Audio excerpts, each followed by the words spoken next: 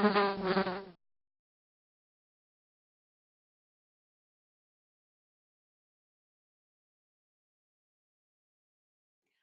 welcome to StoryBee. My name is Frances O'Rourke Dow, and today we are talking with Joe Cunningham, aka Joe the Quilter. And he is one of our guests who I think in some ways needs no introduction, but I think it's polite to introduce him, so I will. Joe is a world-renowned quilt maker. He's a quilt scholar and historian, and he is someone who has a lot to say about quilts, quilt making, and quilt culture, which is one of the things that I love about him. And I'm really excited to be talking to Joe today. Joe, you are in San Francisco, California. Welcome to StoryBee.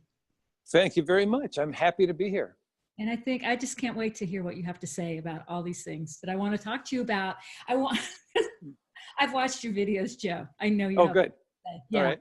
But I want to start out talking about quilt stories because we are the Quilt Alliance, and part of what we do is our mission is to document quilts and quilt stories and to encourage people to record.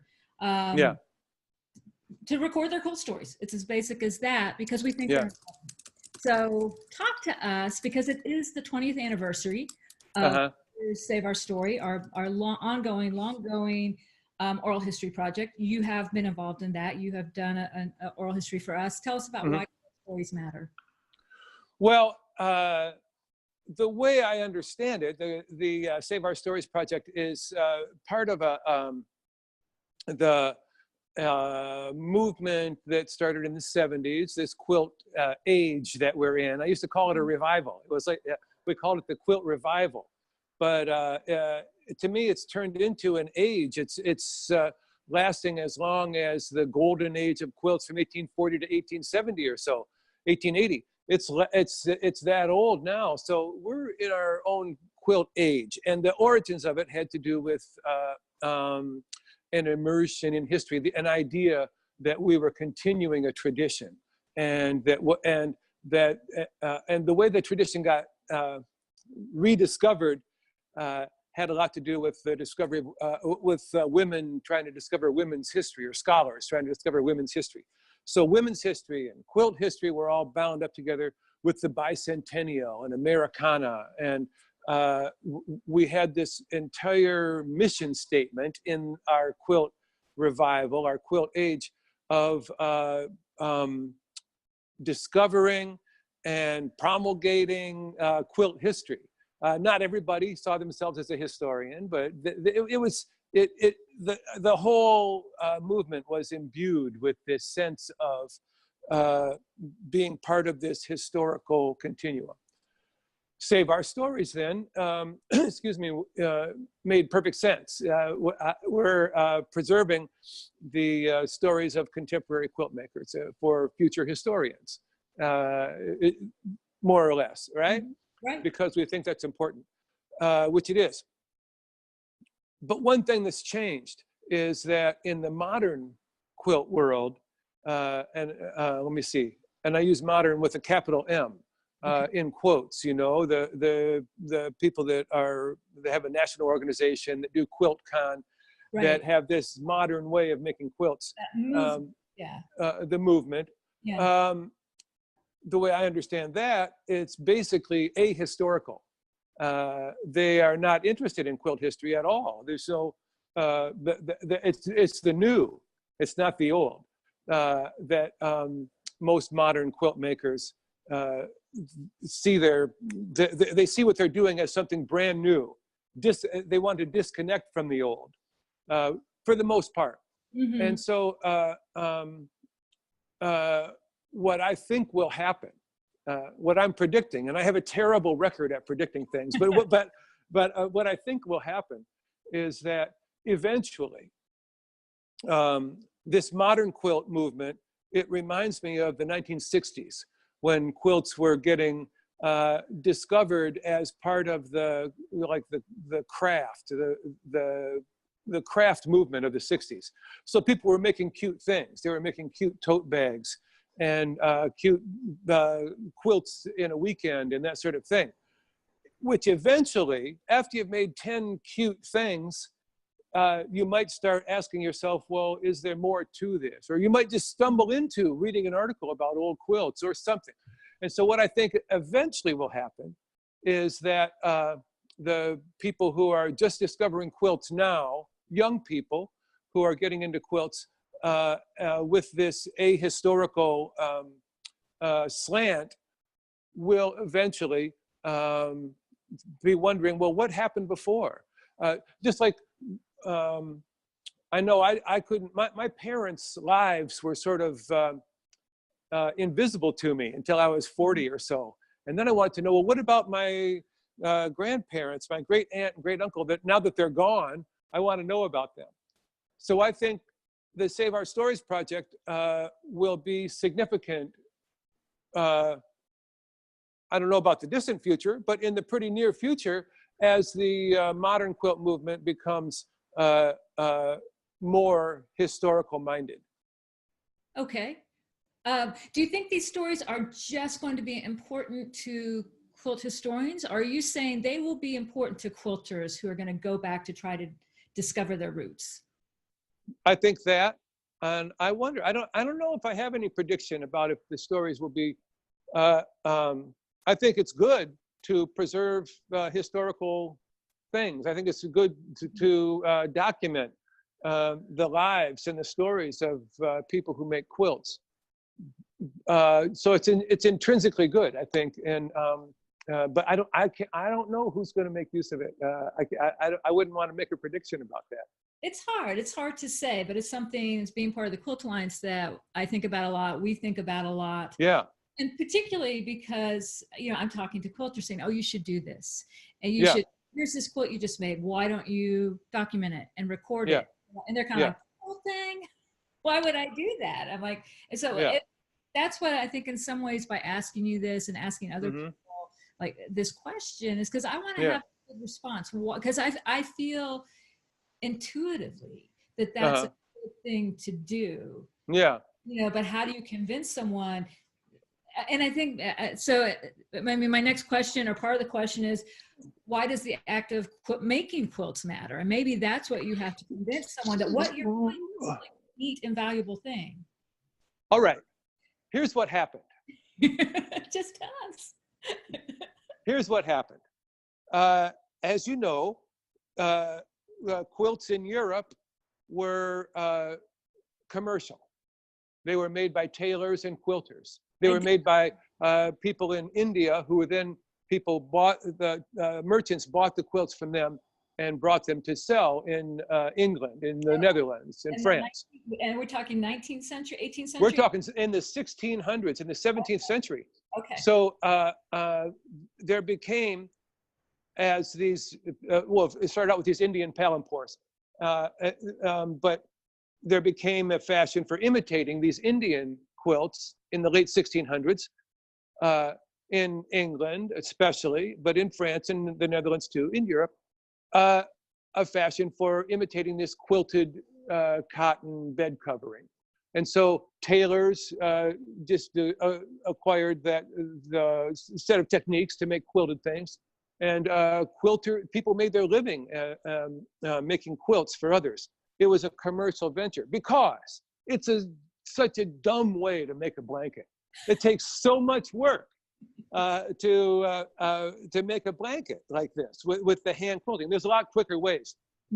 Feather bed is a lot faster. You just have a big, gigantic pillowcase full of feathers, and there you go. A few little ties, a hat, a wool bed covering. Same thing. You can just a few ties around it, and you're all set.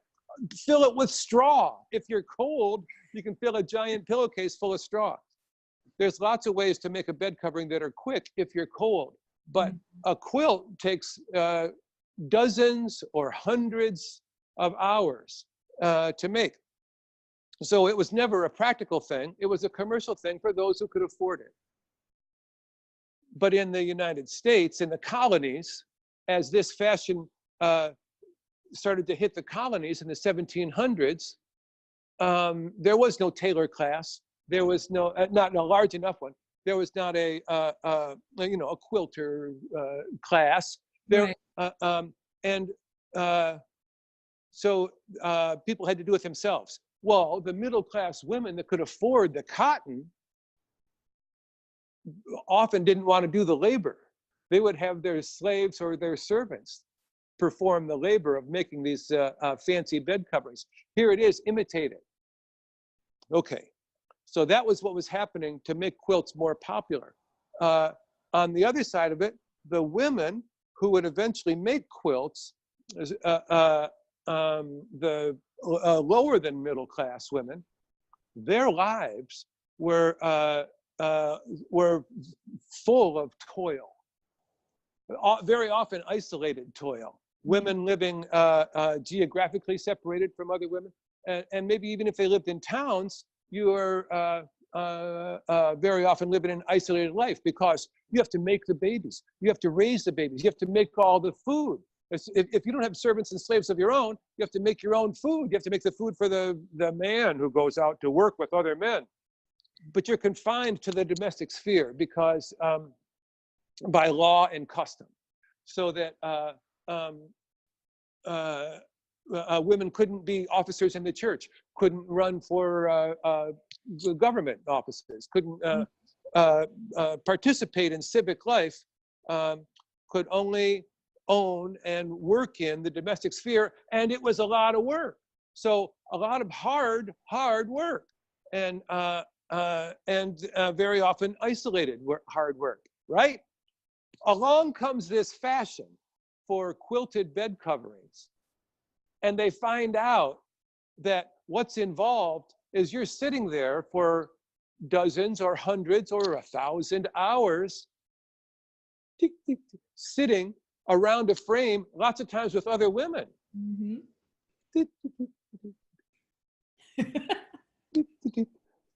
Just sitting there. But the brilliance of it is that it's a blanket. You're making a blanket, so it's useful work. So the man has no interest in preventing you from, because you have to stay busy at all times. Right. So number 1, 2, 3, 4, and 5 factors. And then the most brilliant thing of all was that American women changed it from a commercial item to a gift. So now a quilt is a gift here in America. It's a gift made by a woman for somebody that she loves, okay? Or for charity. But it's a gift. Who needs one? Everybody. It's an infinite market. And so all these ideas arose that a girl should have 11 or 12 or 13 quilts in her hope chest by the time she gets married, right? Who thought that up? We didn't get that from Europe. That's an idea that means that the women are going to have to sit around the frame for 11 or 12 or 13 quilts. Whatever the number is. A boy should have a quilt when he becomes emancipated at 18 or 19 or 20, whatever it is. When the boy leaves home, the young man, he should have a freedom quilt. Whoever heard of a freedom quilt? I know that. Yeah. Lots of, and to look at it from another point of view, the designs that we got from Europe, very few. And it was not even designs, it was strategies for making a quilt. There was the whole cloth quilt, right? There was the strippy quilt, so that you'd make either wide or narrow strips of fabric sewn together. There was the medallion, which could be as fancy as you wanted. There was the hexagon quilt, right? Right. That's what we got, was these strategies for making a quilt. It was up to you to make the individual designs and pick the quilting designs and stuff, but they were strategies, not patterns, right? Right. So then between 1800 and 1850, there arose innumerable patterns here in America. And these patterns, they didn't get easier and easier so that you could, because people were cold and they had to have a blanket, these patterns got ever more complex. If making a quilt is a burden or a chore, you don't cut out 10,000 triangles to make an ocean waves quilt, right? Are you just saying this was a sneaky way for women to make art and get a little free time? Yes, and it was, and the brilliance of it is being a gift. made it invisible to men. There's no money involved. Why would a man think about it? There's no competition. A man wouldn't even notice. I mean, men might be proud of the nice blankets that their wives made and that sort of thing, but it's an invisible thing to men. So, so it became an entirely female realm. And what women did was they created, and women, let me mention also, not only could they not have careers in all these other ways, they couldn't go to art school. They couldn't be artists because art's made by men. And what is art? It's painting, it's sculpture, it's drama, it's poetry, it's prose. It's very limited in what the definition of art is. And so women created this realm. It's not even sneaky. It was right out in the open. But men didn't even, it didn't even register with men because, like I say, there's no money involved. Right. So, it was right out in the open.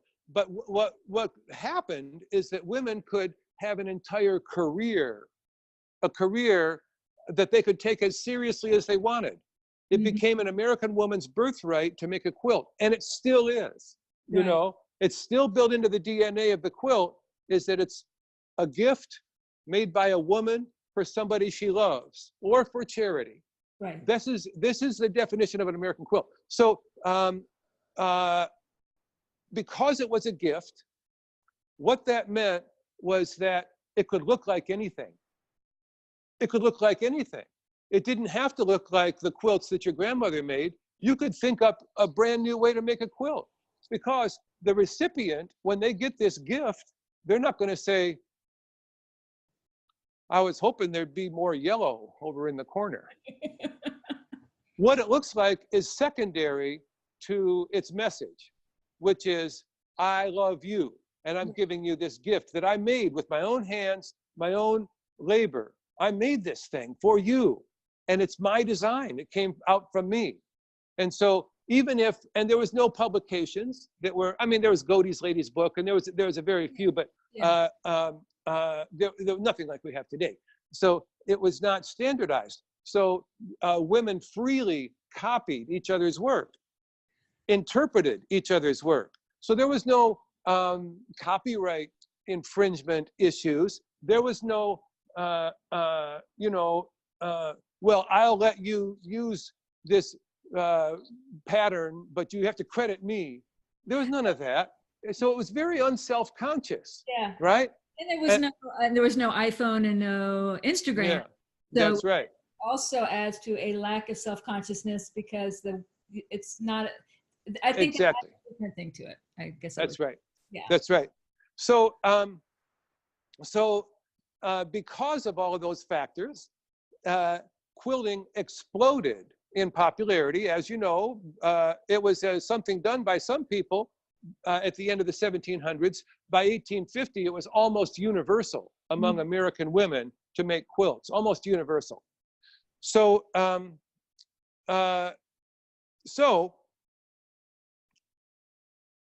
it was a realm of infinite creativity where women came up with brilliant techniques and designs that, and they did, and artistically, they did things that would not be discovered by artists for another 50, 60, or 100 years. What do you think about this? Do you know this book, The Quilt, The Great American Art? I cannot remember. It was published in a feminist journal in '72. I could go run grab it, and I'm sorry I can't. But the author's theory was that modern abstract expressionism rose out of American quilts, that people like Rauschenberg and Jasper Johns grew up with quilt making mothers. We don't know that about Rauschenberg for sure. But he grew up poor, and so there's, whatever. Yeah. Although that, well, anyway, but the idea is that that these were people who grew up with a kind of abstract expressionism around them all the time. And so what do you think about that theory? Well, I think it's a fine theory. And we'll probably never know. There's ideas that Rothko saw Amish quilts hanging on the line when he was on his way to his summer place. there's these theories, and I don't think we'll ever know. I think even if we could resurrect Rauschenberg and interview him, I don't think that he would be able to articulate, most likely, because this stuff was just in the air. You grew up seeing it. But women did it first, the collage ideas, these 6 foot square abstract compositions. Right. American women came up with this idea that you could make an abstract composition, and it could look like anything. You could put any two fabrics together. Plus, then you could quilt them with a grid that had nothing to do with the color design, so that we have two different things going on at once: the color design and then the quilting grid, which could completely ignore it and could make its own statement on top of that. Well, that was something that American artists didn't discover until like Robert Longo and these guys in the 70s that started doing like graffiti stuff on the surface of the painting. The surface was one thing. It was not one thing with some other things on it. You know what I mean? Like graffiti style. But like, but quilters were doing that in the 1800s. The quilters made all kinds of artistic advances that artists did not invent, whatever you want to say, for another many, many decades. So, but because it was outside of the artistic realm, it was non-art. Because they were not part of the art world, they will never,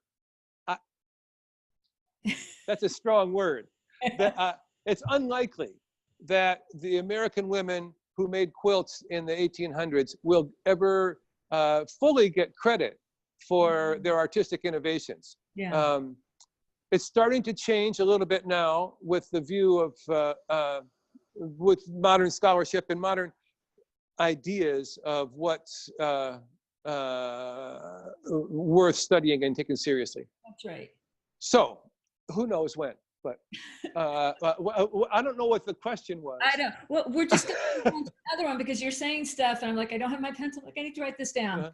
But one of the things, because I feel like a point was made when you're talking about copyright, so a couple of things, talking about quilters still function in a gift economy, and yet there's a $4 billion industry around them, which is, and that's interesting to me. But also, yes, these issues that have come into quilting, which I would argue is still essentially a folk art, in which ideas are shared horizontally, but in the current climate we live in, people will copyright stuff, patterns that have been around for 200 years ago. This is mine. And it feels like, which to me seems to defy the spirit of a folk art, that it's a sheer, so anyway, I think you might have thoughts on this. So let me tell me what I wonder if I have any thoughts about this. Yeah. I mean, what made quilts possible? What made this explosion of creativity possible was the lack of copyright. So there was an issue, right? There is not an issue. There's no protection of a design. Nobody owned a design. Right. So now people like me, I'm out there teaching how to make quilts. Well, if somebody teaches my class, if they just say, oh, I took Joe's class, now I can teach it.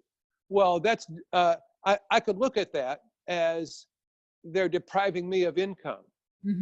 If somebody copies my quilts are very often so dumb, anybody could make them. It's just that they don't think to. They wouldn't. That's my strategy. But people become, when it's your living, quilters have become very protective of their own intellectual property. And I can understand it to a certain extent, but there's other things that I cannot understand. I cannot understand how a fabric designer can prevent me from using her fabric. The fabric that I bought in a store that she designed can prevent me from hanging it in a show or from putting it in a book without her permission. Has that happened to you, or is that Yeah, that has not, it's never happened to me. but you're aware of that happening? I've heard of that happening. Yes. There are some fabric designers that when you buy their fabric, you're not allowed to use it in a show. You can use it for your own quilts at home, but you can't, not in a show. It's counterintuitive to me. It's counterintuitive to me too. Yeah. So that's a different, but you know, it's a different world that we live in. And as our Pope said, who am I to judge? Who am I to judge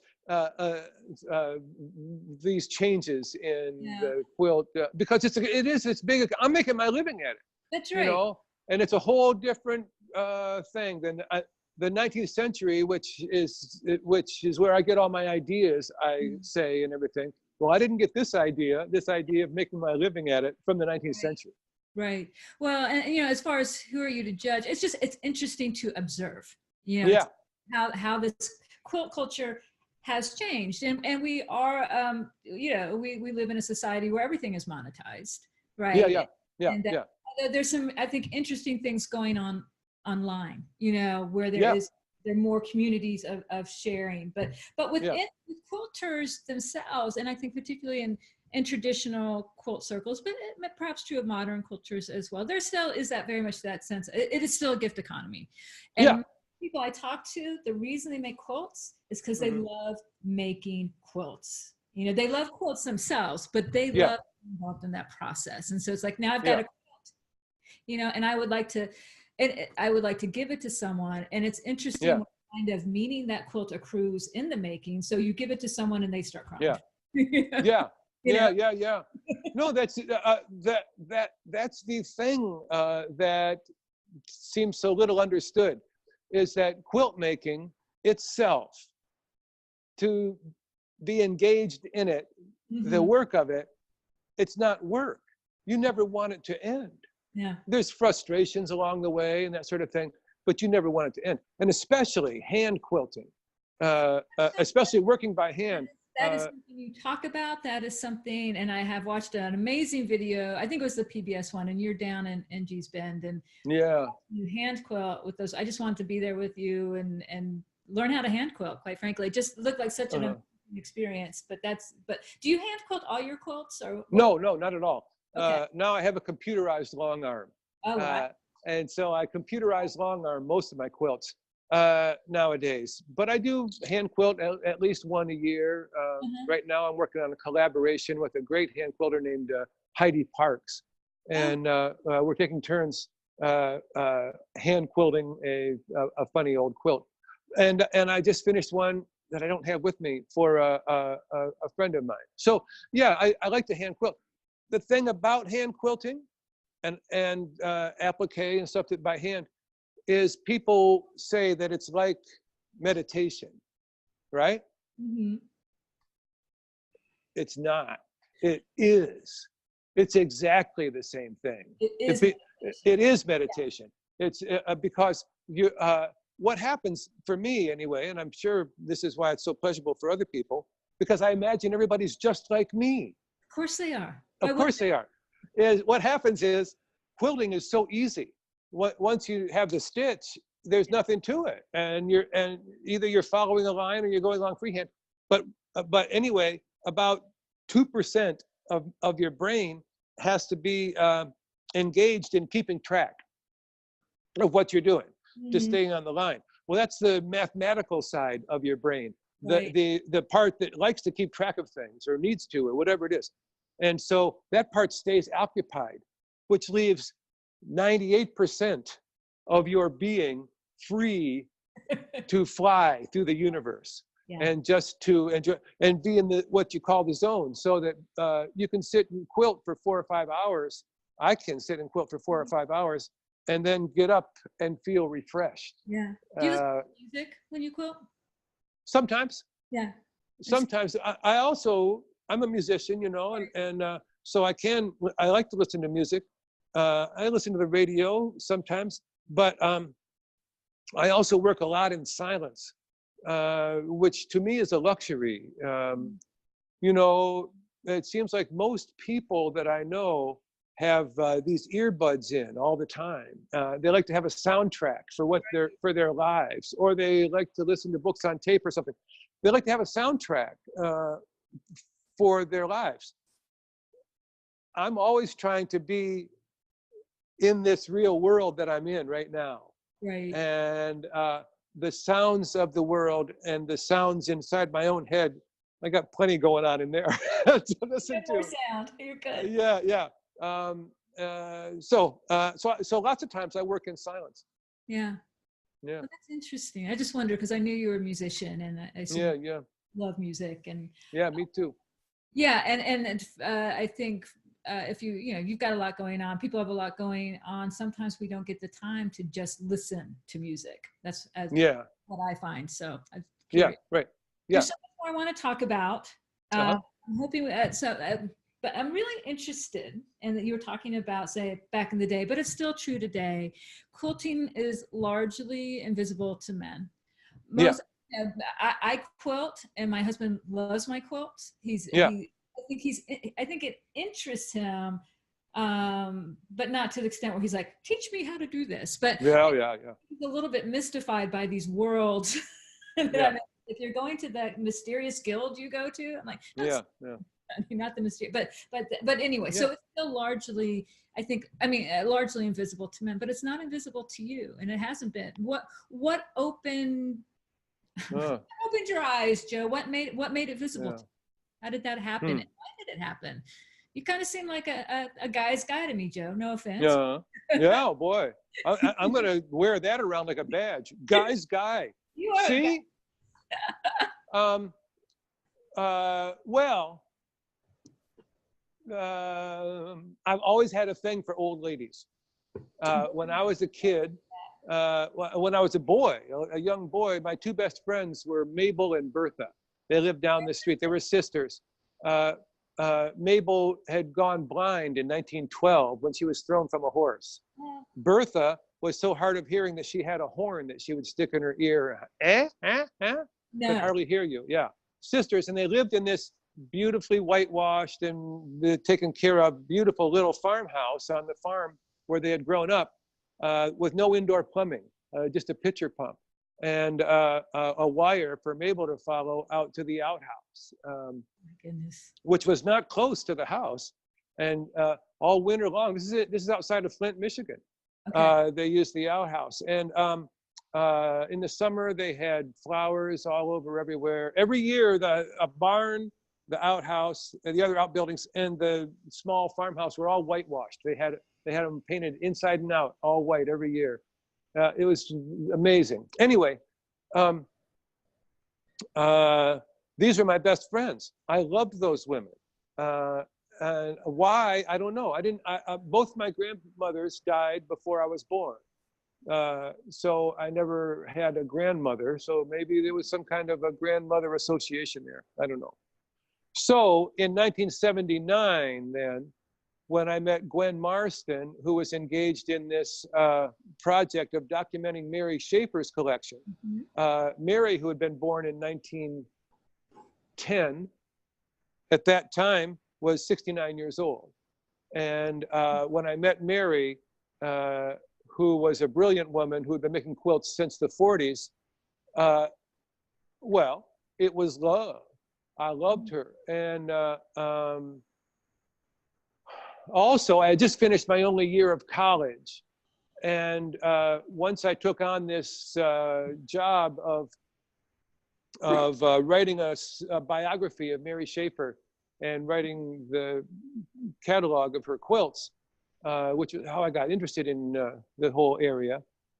Once I took on that job, I decided I only had my 1 year of college, and I was not going to go back. And I thought to myself, I'm going to give myself a college education in quilts. If I need a college education in something, and if I'm going to get interested in quilts, I'm going to go whole hog on this. Yeah. Why, I don't know, but that's what I decided to do. So, also, like abstract quilts being in the air for abstract expressionist artists.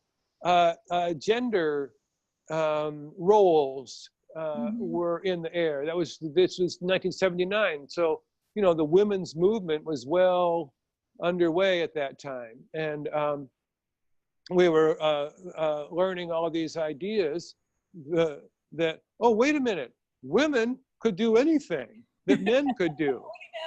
What do you know about that? And so then naturally, being a hippie gentleman who graduated from high school in 1970 and had lived the 70s as a hippie and a musician, I was open to new ideas. So I was open to, you know, this was, I was very proud, secretly, don't tell anybody. But I was very proud of myself for my open-mindedness, that I just wanted to be one of the girls. Was like I would often say, I just want to be one. I'm just a regular quilt maker. I just want to be a plain old quilt maker. And it was my friend Julie Silber who said, "Well, that is bullshit. I hope you can edit that out." Is what Julie said to me. She said, "A regular quilter, one of the girls, doesn't go out and decide 4 months after they make their first quilt to become a professional quilt maker." She said, "Joe, all you did is what you think you're so open-minded and special. All you did is what men always do when they enter a woman's world. In order to justify it to their pathetic selves, what they do is they figure out a way to make money out of it. If a man takes up cooking, he becomes a chef. If a man takes up sewing, he becomes a tailor or a designer. If a man takes up gardening, he becomes a landscape architect.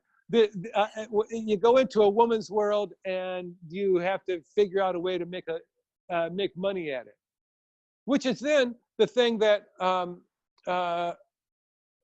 puts people at ease, because it's upsetting to sociologically for people to find out.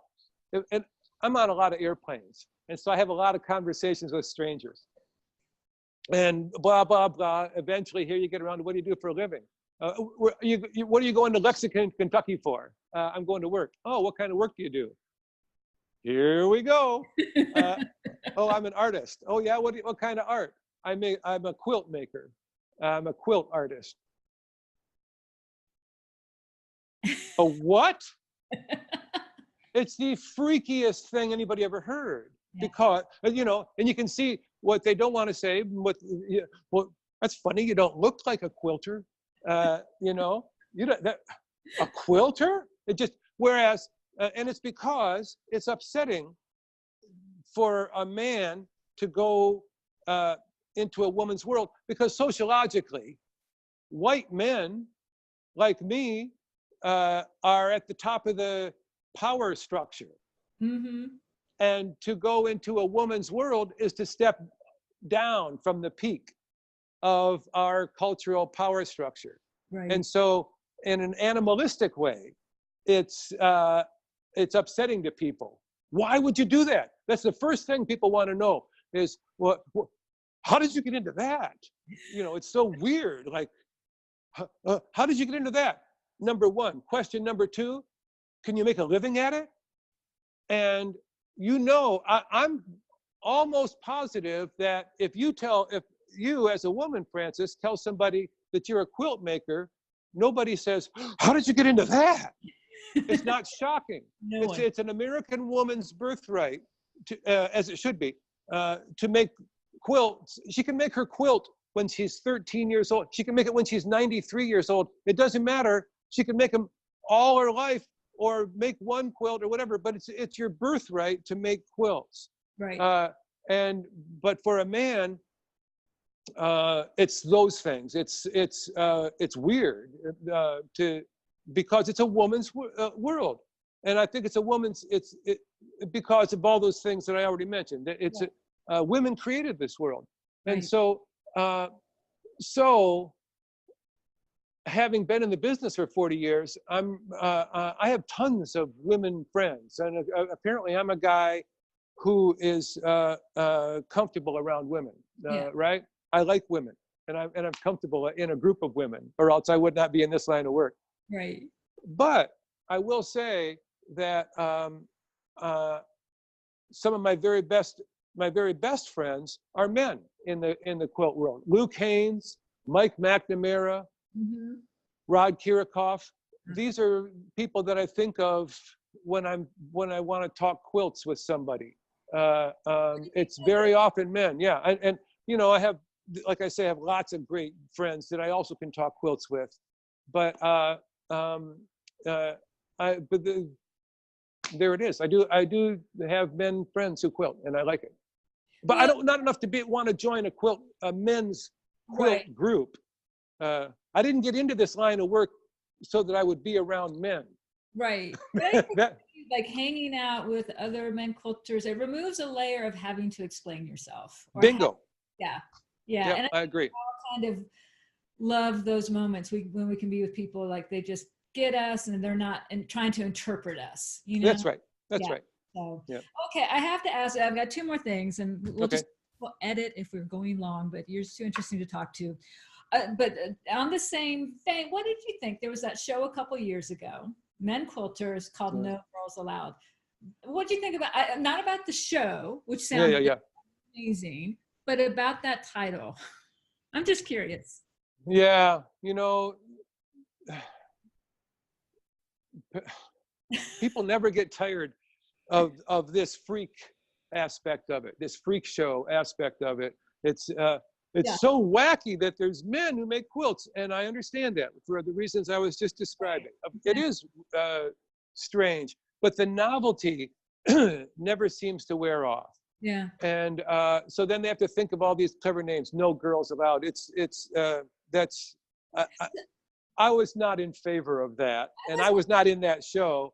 And I think that's ridiculous. It's ridiculous. It's people who have a very shallow. They have thought very shallowly about what we're all doing here. They have not thought this through. No girls allowed. That would be. Yeah. Now, I will say also, though, on a related topic, I was in a show that opened at the Los Angeles Craft and Folk Art Museum, CAFAM, in LA. Great museum. And they put together a show of 7 male quilters. And I was one of them 3 or 4 years ago. I don't remember when it was. It was an interesting show, and I liked it. I was there for the opening. And then it traveled from there to Asheville, North Carolina. Yeah. And then it traveled to Lincoln, Nebraska. So it was a good show, and it had all the, well, there was complaints in Los Angeles, especially because there was an article in the Los Angeles newspapers, the weekly paper and the daily paper. There was a story about it on NPR. There was a story. So it got lots of press. And some women said, rightly, they said, "Oh, I can only imagine the kind of press we would have gotten if it was a quilt show by 7 women." Right. You know, excuse me. And that's an absolutely true story, that a quilt show by men is more liable to get mentioned in the press than a quilt show by women. And I'm sorry about that. And I'm hoping that it changes. Right. Excuse me. And I have said that I'm not going to take part in any more single gender shows. I'm not going to do it anymore. Lots of guys need that kind of exposure, and it's fine. But I don't need to do that anymore, and I'm not going to do that. So I understand because it is a freakish thing that it freaks people out. Yeah. But I wish that we could get off from this. There's nothing intrinsically interesting about me being a man who quilts. That's not interesting. Right. So your quilts aren't gendered, right? You know, pardon me? I mean, the quilts aren't gendered. Right. History is a woman's history, but when it comes to the quilt itself, that's the interesting. For a man to make a quilt, for a woman to make a quilt, an American woman. And this is completely different in other parts of the world, and I could talk about that too. But in America, for an American woman to make a quilt, she is doing one of two things. Either she's signing up with her grandmother and to do what her grandmother did, or she's rebelling against her grandmother and saying, I'm gonna do something completely different. But there's this context that she is working against, a background that she has behind every stitch that she makes. For a man, there's no context. There are so few men that have made quilts. It's not a thing. It's not a, so you don't have anything to join up with or to rebel against. You can, so I think in the very beginning, when you first start making quilts, I've seen it over and over. I think it's easier for men to say, I'm just going to do it any old way I feel like it. I'm just going to figure it out and do it. In the beginning. But after you've been doing this for a few years, then we're all in the same soup. Once you acquire a certain number of skills and a certain amount of artistic sophistication, then, okay, now we're all trying to be, I'm trying to be an artist here. And, you know, being a man doesn't give you an advantage. This is a beautiful segue to what I want to be kind of our last question, and then we're going to move to your quilts, and you're going to talk to us about a particular quilt and show us around. Okay. But you know, you touched upon the modern quilt movement earlier. Yeah. I think that's what's happening now, because a lot of, in the early days of the modern quilt movement, the Modern Quilt Guild is about to turn 10, but it began before then. There's a lot of people never quilted before, and actually, you know, were the daughters of women who had gone to work. Right. So there's that separation. It's not, mom's not looking over your shoulder going, make that, you know, it's like, it's your own thing. And that frees you, right? It frees you. But sooner or later, if you fall in love with it and you up your game, you're a quilter. You're not a modern quilter. You're not you're someone who loves quilts, and it does feel like you're making art and you're in the soup. Yeah, and that's right. And I feel, as you said, what are you thinking about the modern quilt movement right now, and the future of quilting? And is the modern quilt movement helping to build a pathway into the future? Tell us. Well, what happened for us was, like I said an hour ago, was that we had a mission statement. And when I say we, I mean the people that started in the 70s and 80s. We had a mission statement, which was to bring value to quilts. That's SRS. I mean, SOS. Save Our Stories is a way of doing that. Our mission was to bring to the notice of the world, these things have value. Maybe it's even artistic value. Who knows? But the old quilts are valuable. And what we're producing is valuable. And our idea was to get quilts valued. That was our mission. Since we were excluded from the art world, we built ourselves a ghetto, and that was its theme, was to get quilts valued. And also it was connected to the rediscovery of American craft, the bicentennial, country. So when you went into a quilt shop, I promise you there would be barnwood on the walls. So now you have a daughter, and she goes to your guild meeting with you once, and here's everybody has gray hair, because we didn't all used to have gray hair like I do now. When I started, my hair was black. But we've been at the quilt business here for 45 years now, and we all turned old. So the daughter goes to the guild, and she didn't want to join up with her mom's guild, bunch of old people. She wants to have her own guild. She doesn't want to go into this tired old store full of calico and barnwood. She wants to go to the modern quilt store where there's formica, right? Formica on the walls. And they're all white with pastel fabrics. That feels like my stuff. Here, this is my home. It's not my mom's. This is mine. So that's to me the chief value of the modern movement, is that it gives young people what you were saying. I get to have my own quilt world. I don't have to join up with my mom's quilt world. I can have my own. I think you are exactly right in that after a while, we're all quilters. Yeah. And then these things. And one further thing. Okay. To me, the modern quilt world being based on two people's aesthetics. When I saw a Denise Schmidt quilt 25 years ago, probably 20 years ago, my first, the ones that she was designing when she was right out of RISD, I thought, this is brilliant. Wow. She's a design genius. This is great. And she's making these things that are simple, that are reproducible. She could hire somebody else to make it and could sell them for a reasonable price. That's really great. And then the other people, you know, Weeks Ringo and Bill Kerr and whoever else. I'm not even that familiar with the modern world. But the thing that I object to about it is that it's based on somebody else's aesthetic. The modern quilt, in order to be classified as a modern quilt, it has to have these qualities, whatever those qualities are. And what I'm in favor of is anarchy. I'm not in favor of of telling you what your quilt should look like. Right. If you want it to be modern, it should look like this. Well, there's nothing wrong with modern quilts. I'm not implying that, but I will never be a part of that movement. I don't want to be part of it. I want anarchy, the way it was in the 19th century, when there was no, it was when women made quilts any way they wanted.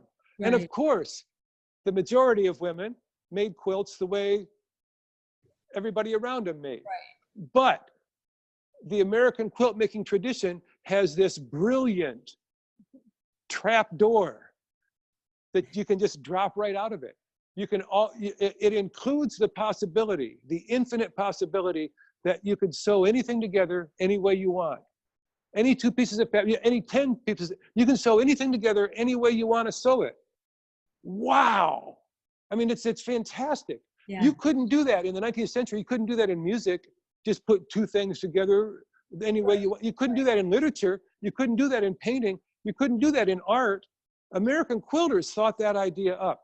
And that is the most brilliant, and it's the part that I've always liked most, is the quilts that show the personality of the maker most vividly, like that.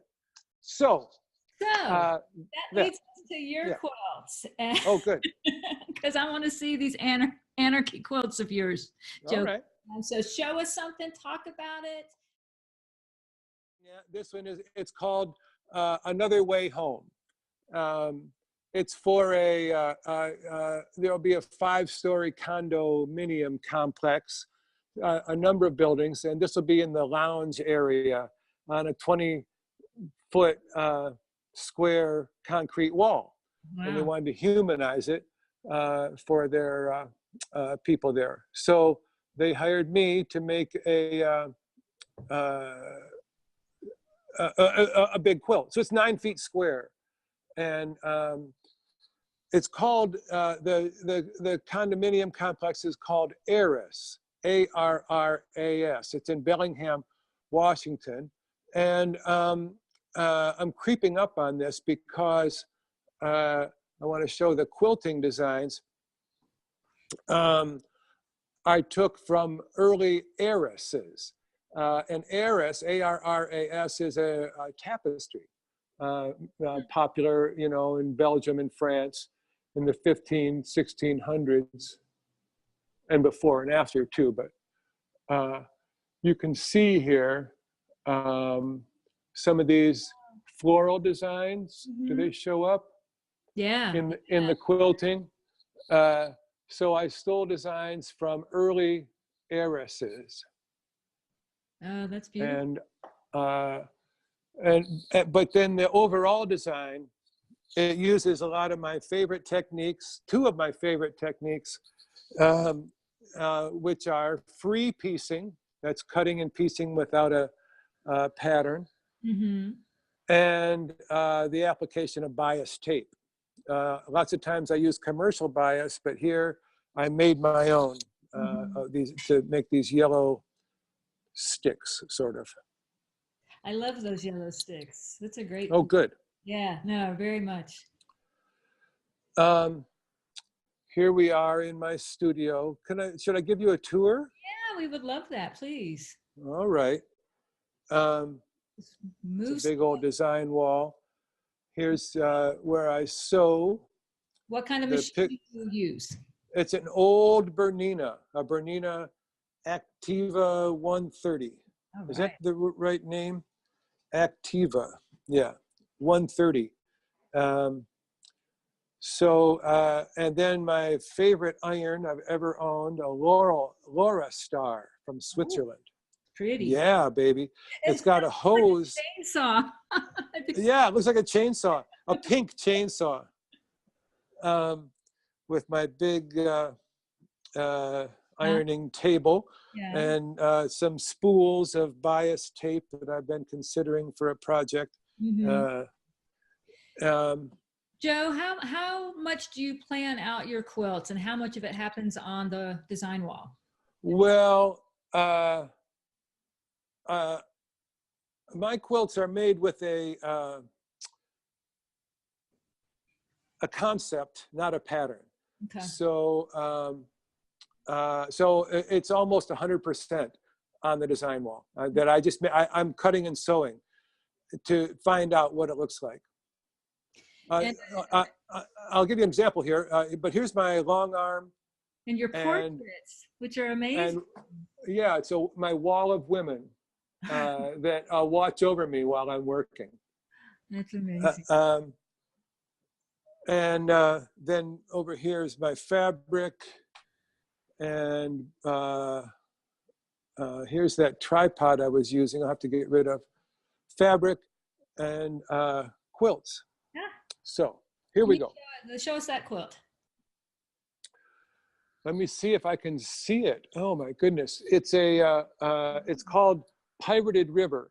It's part of my series of quilts about the end of the last ice age that allow me to talk about glaciers melting and so on. The end of the last ice age, sometimes the glacier would melt so quickly that the amount of water would change the course of a river. And they say that that river then got pirated. Oh, wow. And so that's what this quilt is an illustration of. And for the quilting design, I transcribed a satellite image of a river being pirated. Wow. So that this is a, cool. Yeah. It just looks like a topographical map. Yes, it's because that's right. Yeah. And is that bias tape there as well that you're using? This is bias tape here. Yep. Oh, I love that. That's amazing. Thank you. Yeah. Here, let me see if I can do it like this. Oh, here's a quilt. I can show this one off. Oh, wow. Tell us about that quilt. Well, when the pavement develops cracks in it, the county sends around a crew that uses a 3 or 4 inch tar brush to repair those cracks. And sometimes those repairs are beautiful, like calligraphy. So I've collected a couple hundred pictures of them over the years.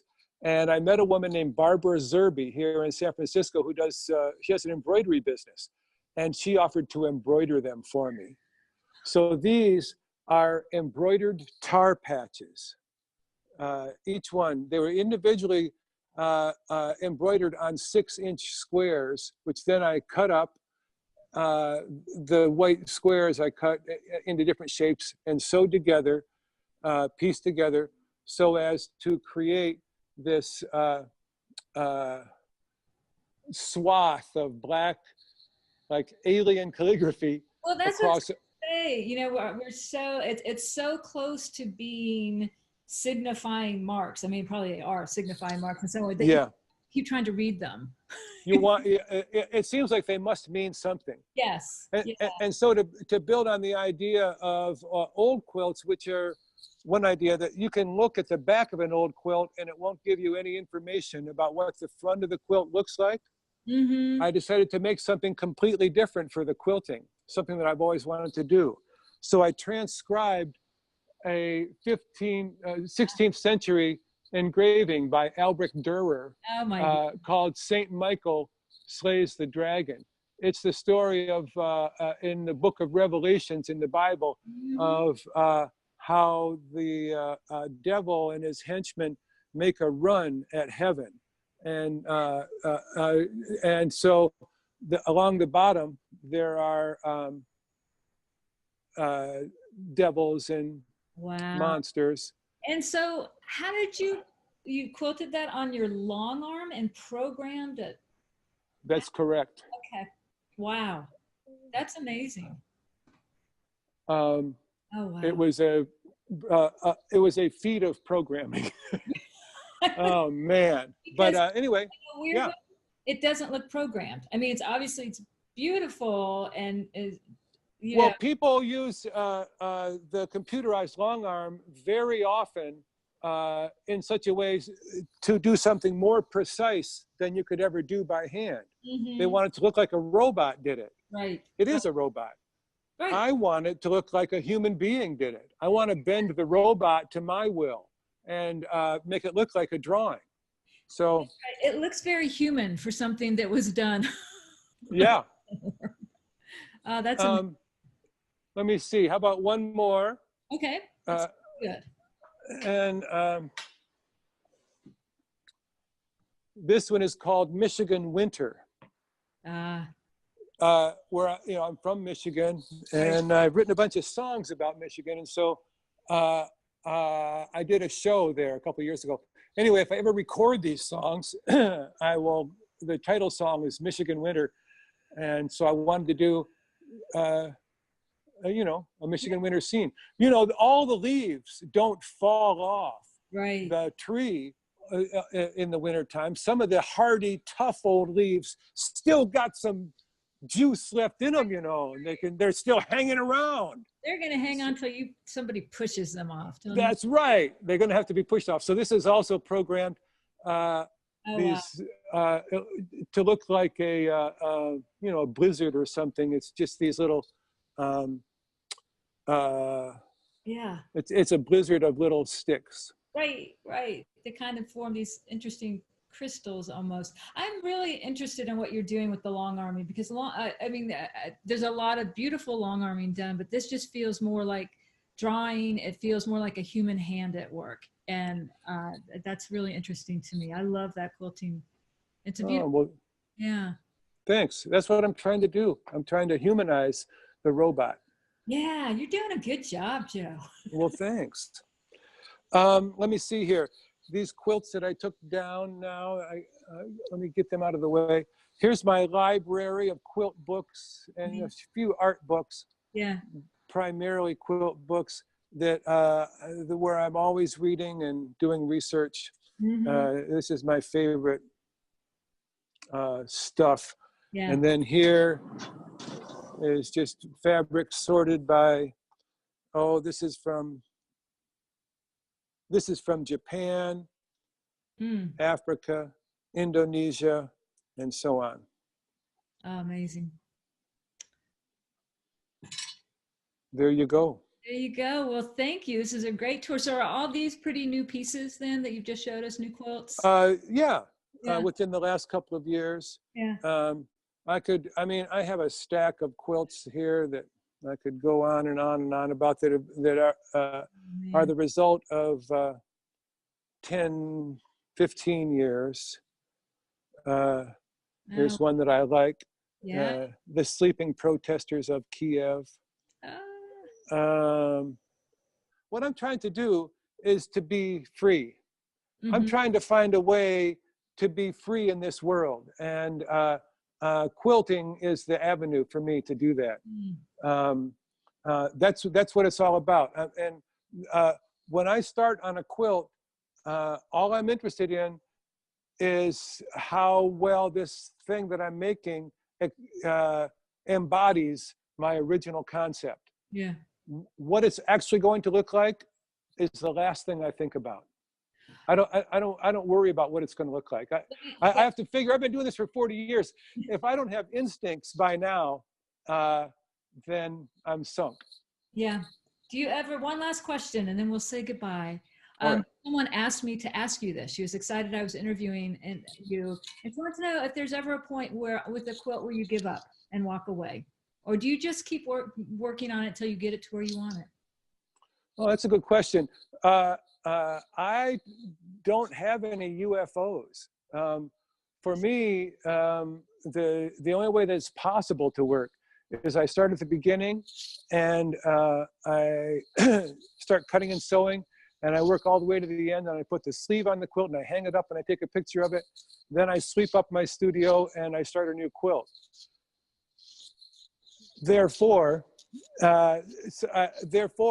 sometimes it doesn't work out so great. Sometimes I make a quilt that, it's not the greatest quilt that ever got made, because maybe if I weren't so, spontaneous, maybe it would have benefited from a little more planning or something. Then that happens too. Yeah, they're not all the greatest ones ever, but when it works, then I feel like it's the purest expression of my idea that I can possibly have. Yeah, and it's a beautiful thing. Well, thanks. And quilts are beautiful. I am, as I've told you before, I'm a huge fan. I just think I just think they're gorgeous and exciting. So Well, thanks. it's been wonderful to talk to you, and It's been a ball. time and sharing your thoughts and your quilts with us. So thank you so much, Joe Cunningham. It has been a pleasure, and I hope our paths will cross again soon. Francis, I hope that exact same thing. I'll call you when I'm on the East Coast. Come to Durham, North Carolina. We All right. Have you. All right. Thanks, Joe. You're welcome. And